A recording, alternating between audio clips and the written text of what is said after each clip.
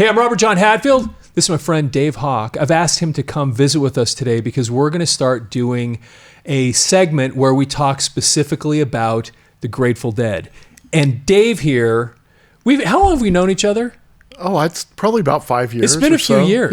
Yeah, half a decade or so. So, and one of the first things I learned about you is that you're a big Grateful Dead fan. And is that an understatement? No, that's not an understatement. And it's actually a big part of my identity that people that when they get to know me know that I really like the Grateful Dead. And if you come to my house, you'll see a tapestry right behind the couch that has the dancing bears all over it. Okay. And, some people will come in and they don't know what that is, but it's kind of cool. Like, when people come in, they'll go, hey, you're a Deadhead. So am I. You're in my tribe, because they recognize the dancing bears. Okay, so I'm going to be brutally honest with you right now and tell you I can't tell you about the dancing bears. So there's all of these different, like I guess you can call them logos or symbols of the Grateful Dead. You have the skull. The skull's the one I'm most familiar with. Which is called Still Your Face. And then there's the skeleton with the roses. Yeah. And then there's the lightning bolt.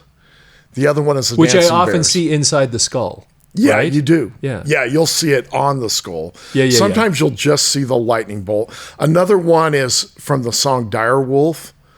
There'll be a wolf, a kind of cartoon-looking wolf with tongue hanging down. If you see that, I've seen it. You know that's the Grateful Dead. But the bears, my understanding is they're based on one of their beloved roadies.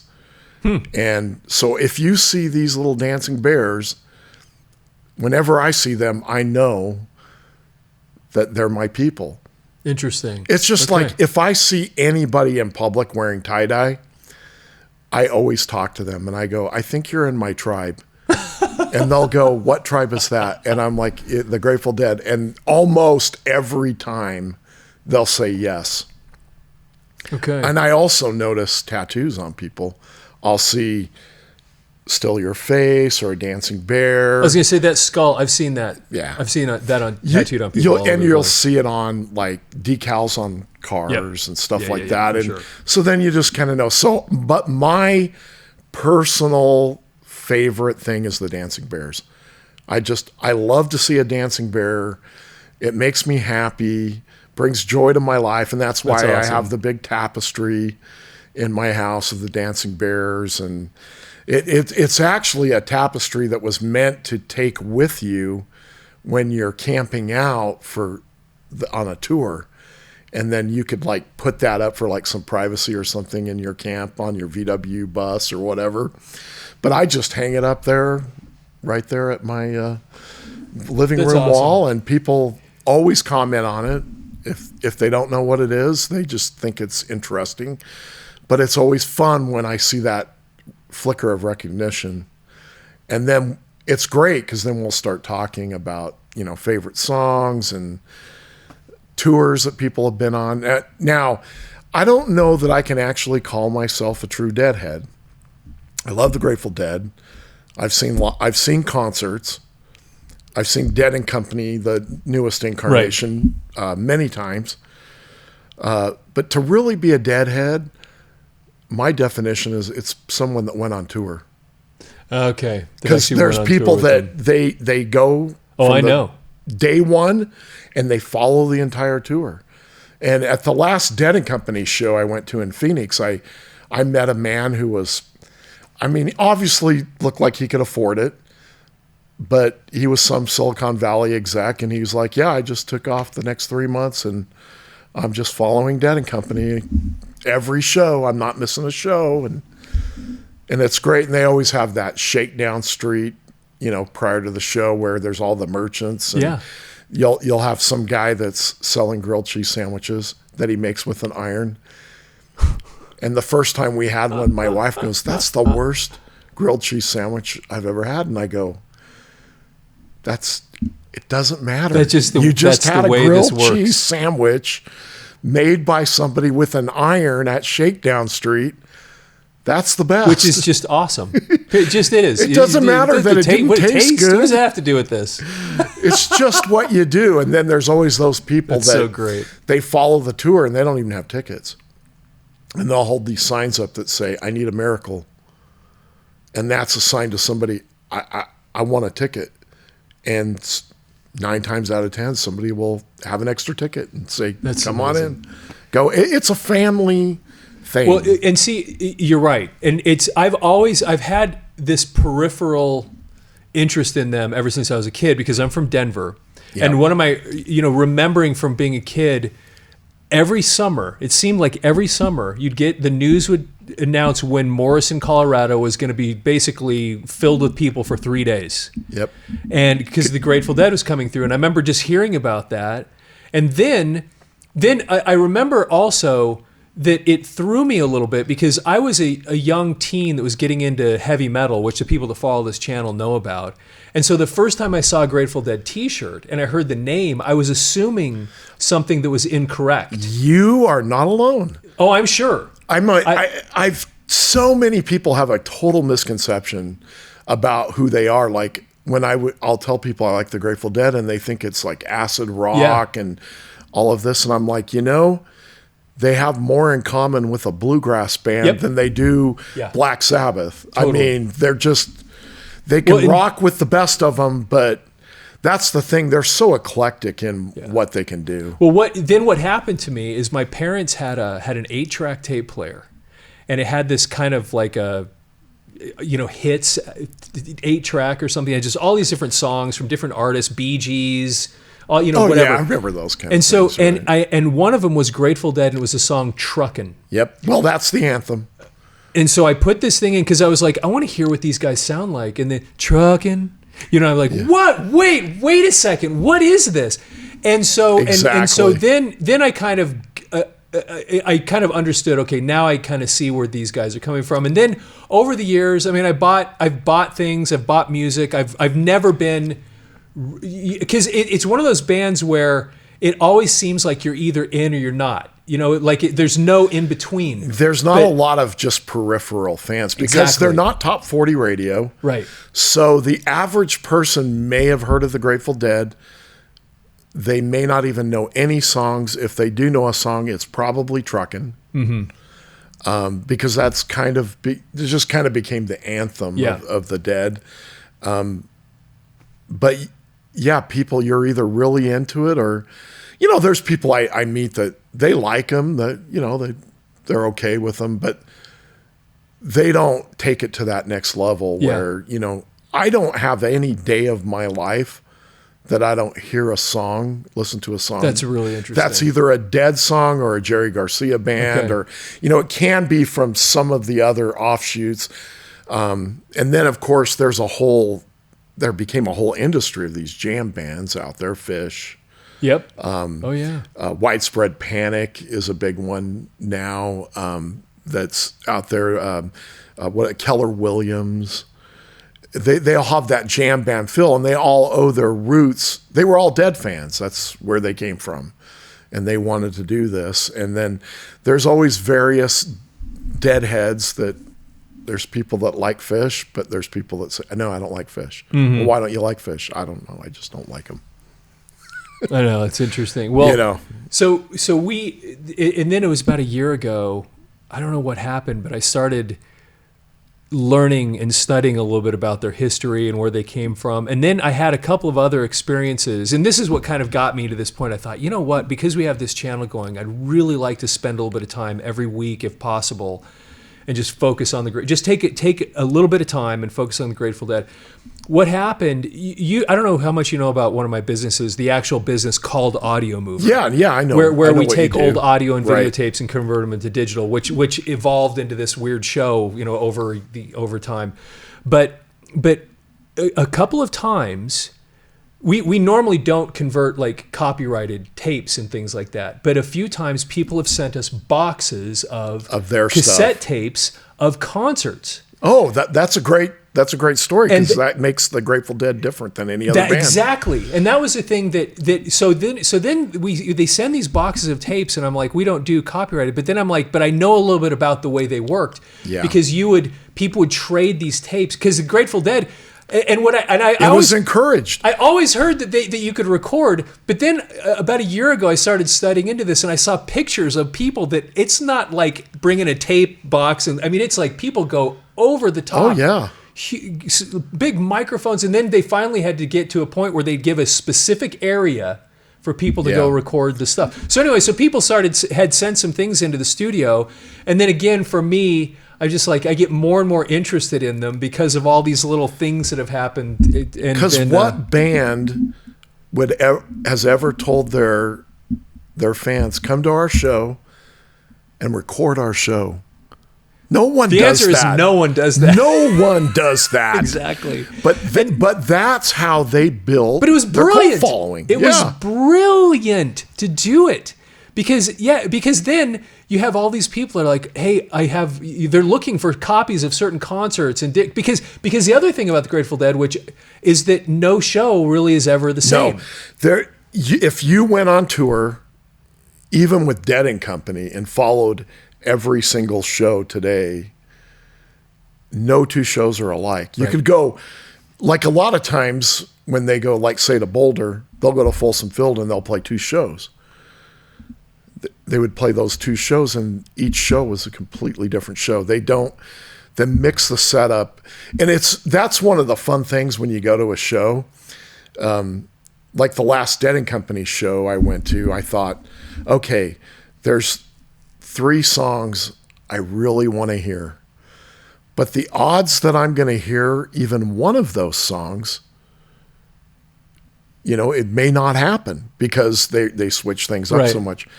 I heard all 3 of the songs that I wanted to hear, and I couldn't believe it. I almost felt like I should never go to a show again, because how am I going to top that? That was so great. And then the vibe, the energy, it's just fun. People have fun. You're just instant friends and family when you get together at a show or anything like that. And there's so few. They were so different in so many different ways, and a couple of them we've just listed like this, but that one is so important. And we talked a little bit before we started recording, because there's really no band like that. There are a few that have similarities. Like one of them is, Rush, for example. They have, if you're a Rush fan, some Rush fans have seen him in concert 50, 60 times.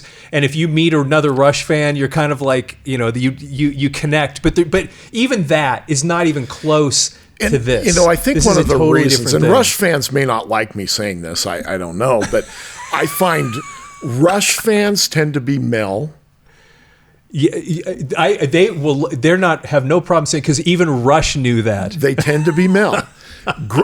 Deadheads come from every demographic, every age, male, female, gay, straight, black, young, white. Old, I mean, it doesn't matter. There's not like this one demographic that's and one of the things that I've really liked in recent years is, man, I've met so many people in their 20s and 30s that are huge Deadheads.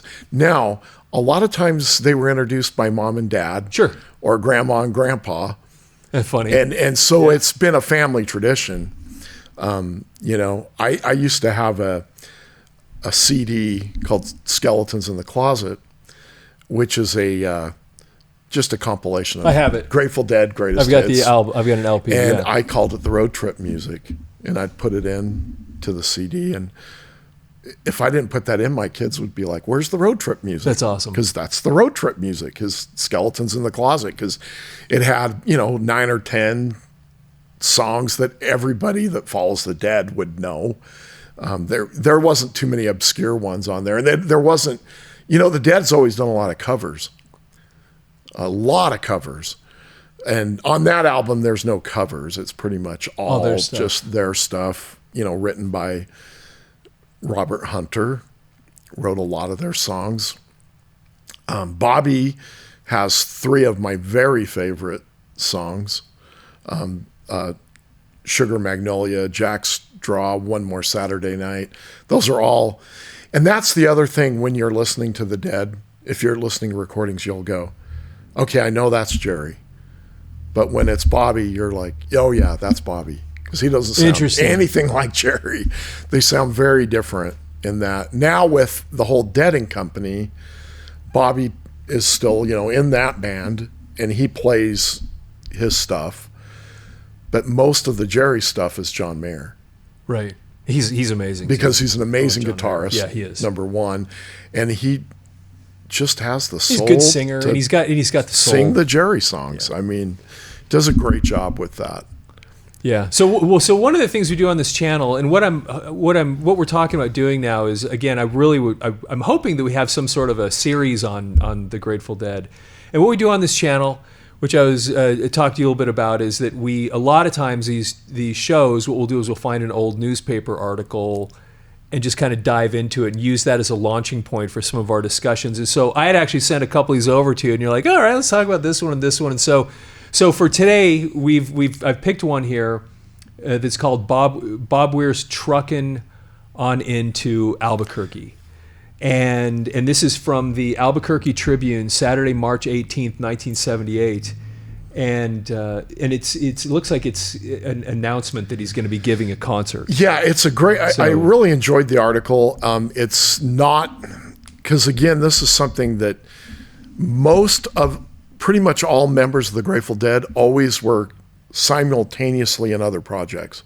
Interesting. Okay. Like Jerry had several different things he did. There's the Jerry Garcia band. There's the Jerry Garcia acoustic band, not to be confused with that. He did a jazz album with Merle Saunders. Bobby always had different bands. So in this article, it's Bob Weir band, but he had a band that he toured with for years called RatDog, and he's still currently touring with Wolf Brothers, another band. Okay. But they always did these other projects because they're just really only about the music and about playing. So in this article, it's kind of a feature on Bobby that he was coming to Albuquerque with the Bob Weir band. And one of the things that was always nice, about those bands is like they would play small, intimate venues because it wasn't the Grateful Dead, it was RatDog or whatever. So I saw RatDog one time in Park City in just a tiny little venue. And that's cool. And it was super cool because the Dead couldn't play. They had to play big arenas for the most part, because too much demand and everything. Right. So that was good. But some things about Bob that, I wanted to kind of talk about that they, mentioned in the article. They said, yeah, he came from this affluent family in Palo Alto or the Bay Area. But Bob Weir was adopted. And my grandmother was a Weir. So in my head, I always thought, maybe I'm related to Bob Weir. Then I found out that he had been adopted.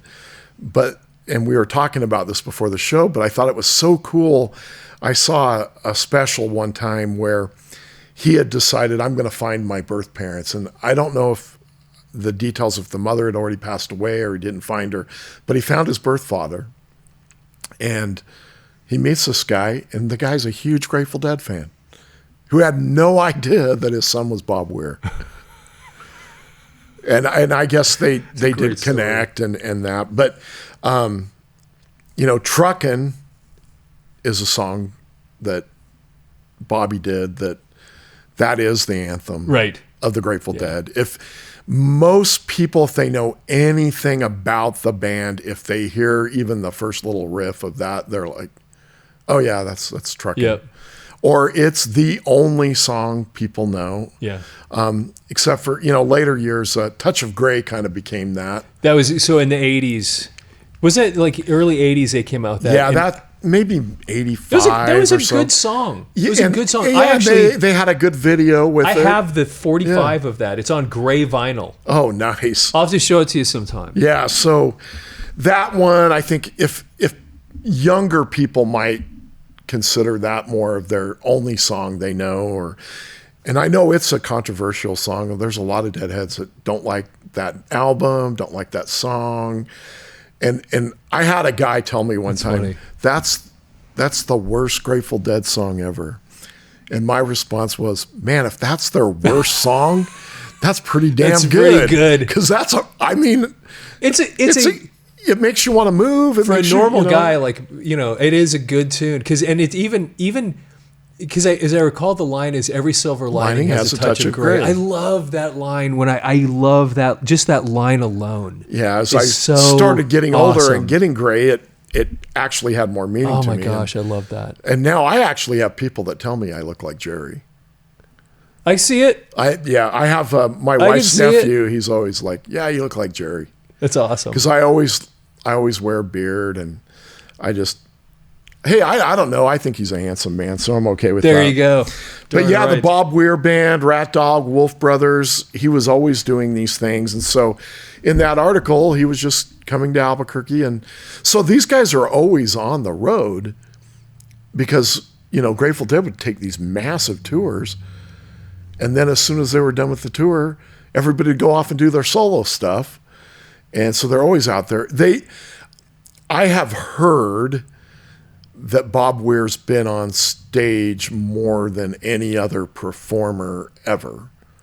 I don't know how you can really prove that, but it would make some sense because he started, performing with them at 16, 17 years old.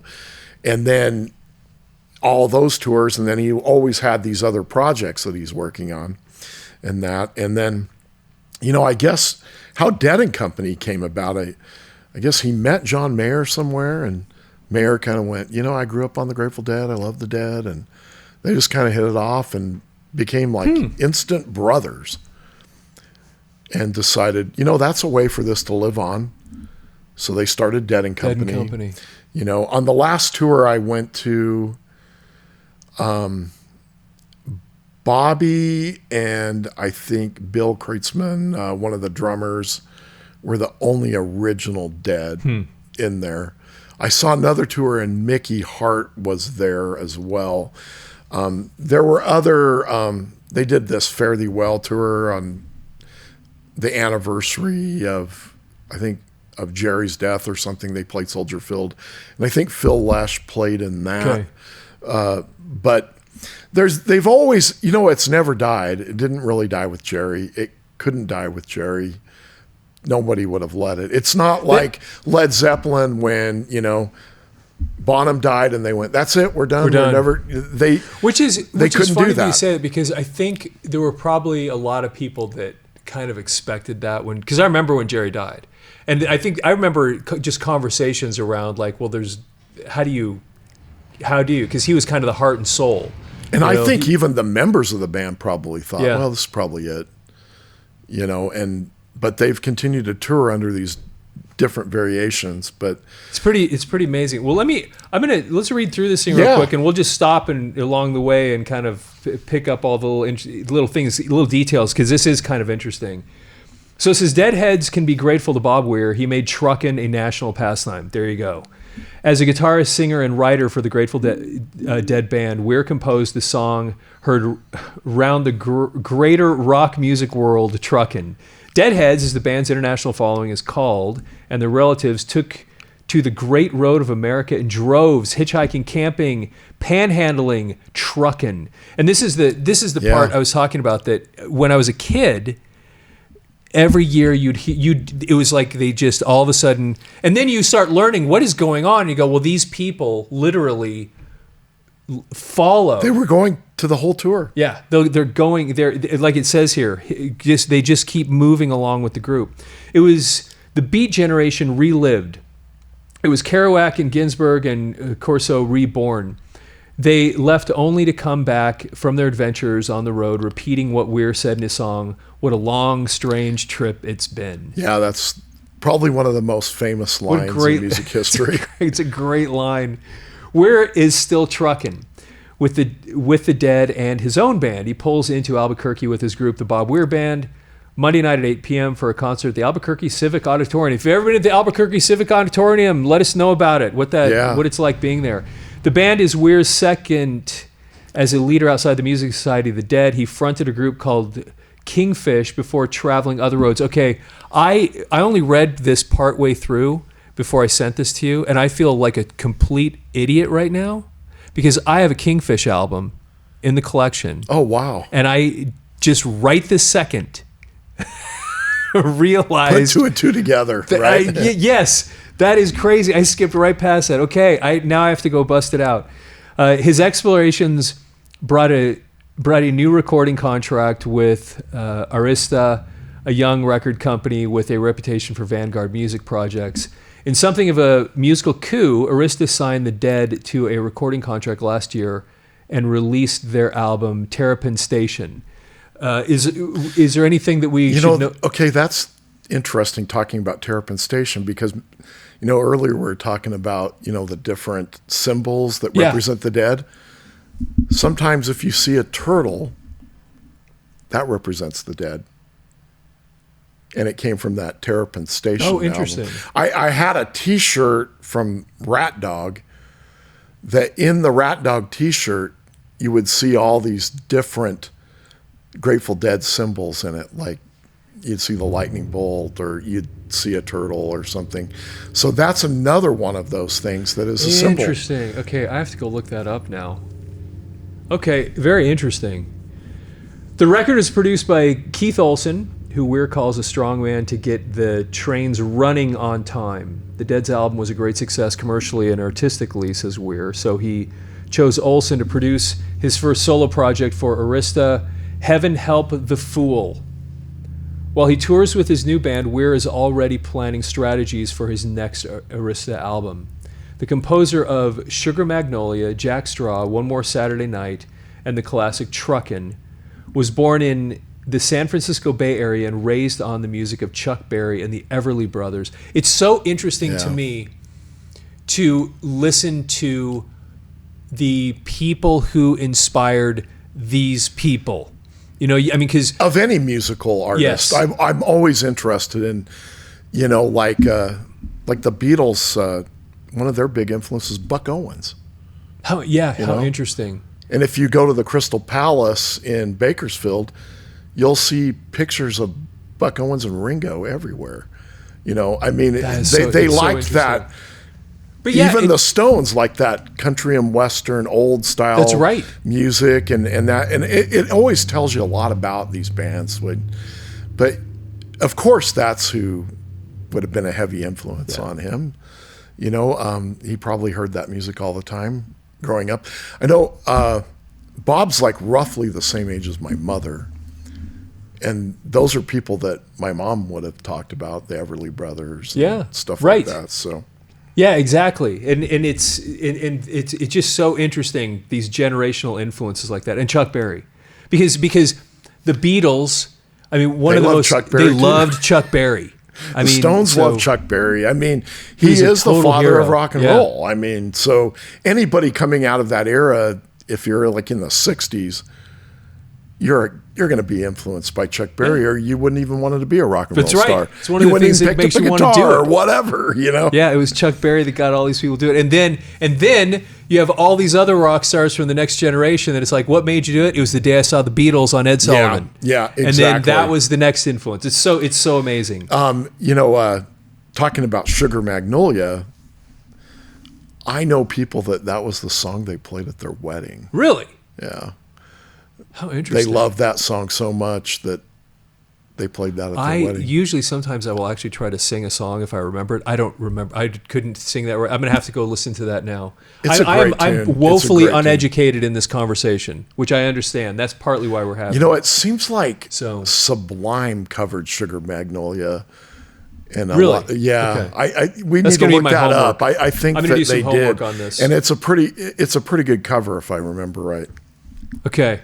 I'm doing some research on that one. Piano and trumpet didn't suit him, so he bought a guitar and began playing rock and country music in a small music store in Palo Alto one New Year's Eve. I had it right. Yep, you're right. We were talking about this ahead of time, and I was like, I think it was on New Year's Eve. Like they heard him in a music store. And okay, let's see here.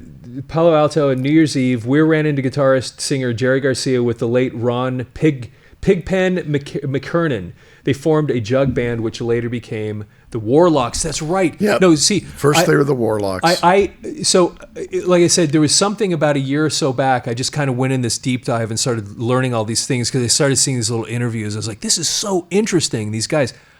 So anyway, this is so much fun reading this again. Okay, and finally, the Grateful Dead. The rest is rock music history. We say the Dead. This quote. So the Dead. Now they have they must have a misspelling there, or is that correct? It said Weir said the Dead keep the world safe for loose music.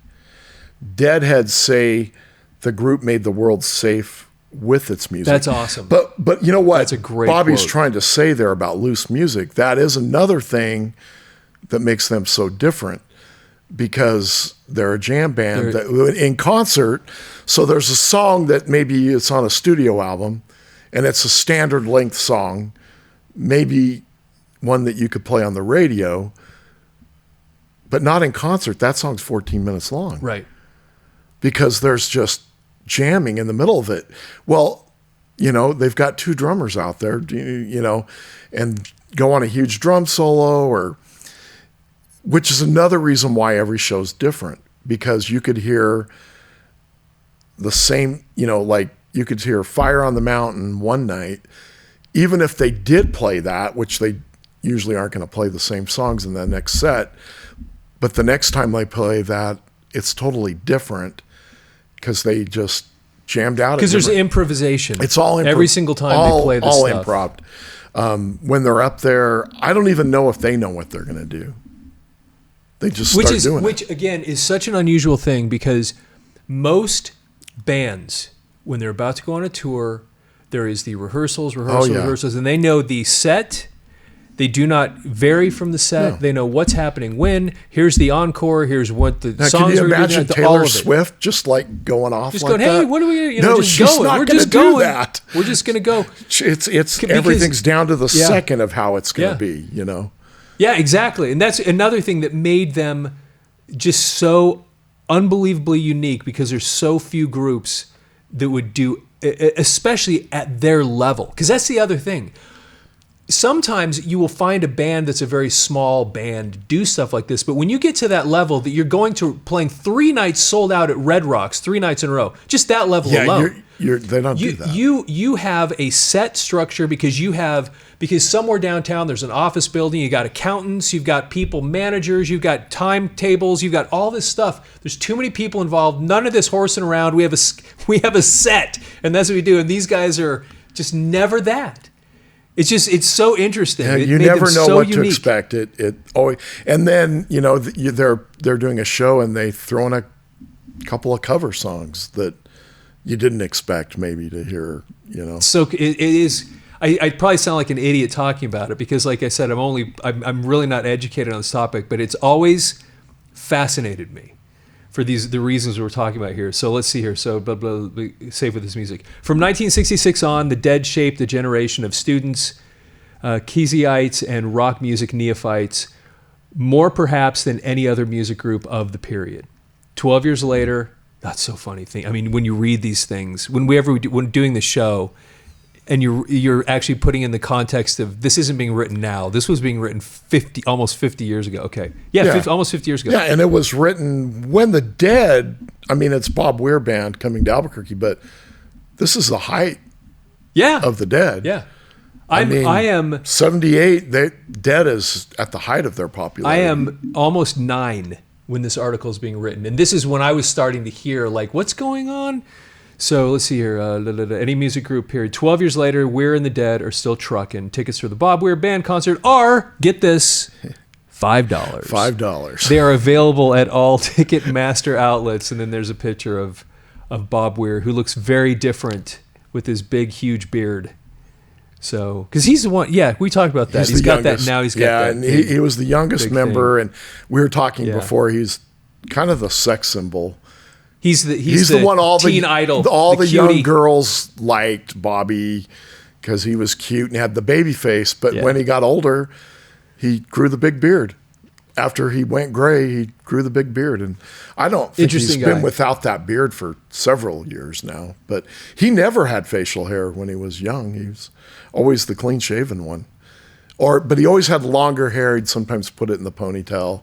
And on stage, a lot of times would wear a tank top and cutoffs. Interesting. That's kind of a Bob Weir trademark, because a lot of their shows are outdoors. Yeah, right. Yeah, I mean, Red Rocks, for example, like the one that I'm most familiar with. They love outdoor shows, and it does lend itself. What they're doing, it should be outdoors. Yeah, I mean, they did one concert at the Pyramids. No kidding. I didn't know that. Yeah, recorded a live album there. That's something funny when you talk to Deadheads about, well, what's your favorite album? You have to categorize it in two different, do you want to know my favorite studio album or my favorite live album? Most Deadheads' favorite album will be a live album. But, that's really interesting. There's two studio albums that I feel like are the seminal albums. If you really want to get into the Grateful Dead, you must have Workingman's Dead and American Beauty. If you have those two studio albums, you kind of have the heart of things. But then there's all of these amazing live albums available out there.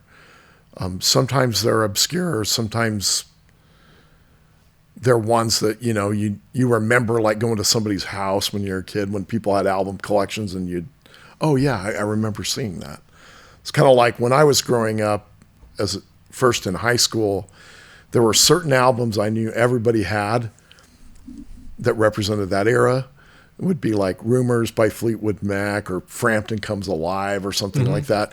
So there's those kinds of albums for the Dead. You would see that at someone's house, and somebody might not know exactly what that was, but you can remember people growing up saying, oh yeah, I remember seeing that album and it had a big rose on it or whatever.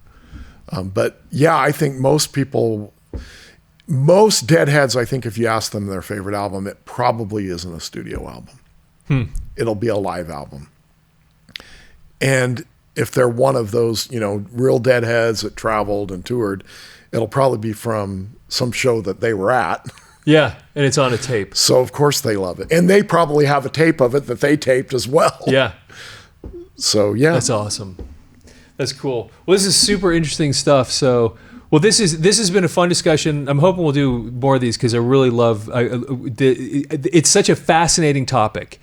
And it was so consequential just in Western culture in general, somehow, that these guys became such a big deal. So we've got more of these things in the future. So this has been a really fun, Dave. I appreciate you being here. So if you're not following this channel already, please follow the channel, like the video. Really want to get your comments. Yeah, I want to see the comments because, I'm perfectly fine with somebody disagreeing or I just want to get their point of view and their take on maybe their own experience with the Dead. We have one of the beautiful things about this channel is we have a very active comment section, and we get all kinds of really great feedback, and it's so much fun reading the things that people have to say.